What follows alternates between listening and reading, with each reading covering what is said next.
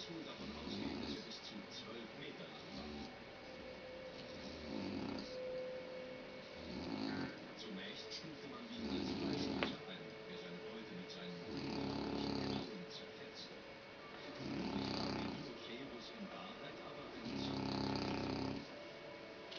Einige Paläontologen glauben, dass er eher so drauf war wie ein außerordentlich gelassener Faultier.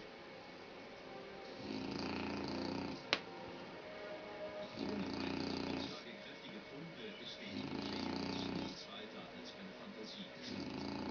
Deinocheirus lebte jedenfalls zum Ende der Oberkreide und es ist gut möglich, dass er dabei war, als die Dino-Ära zu Ende ging.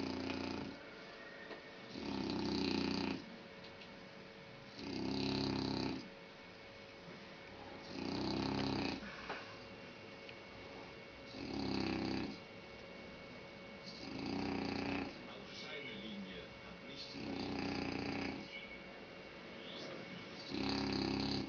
Manche kleinen Dinos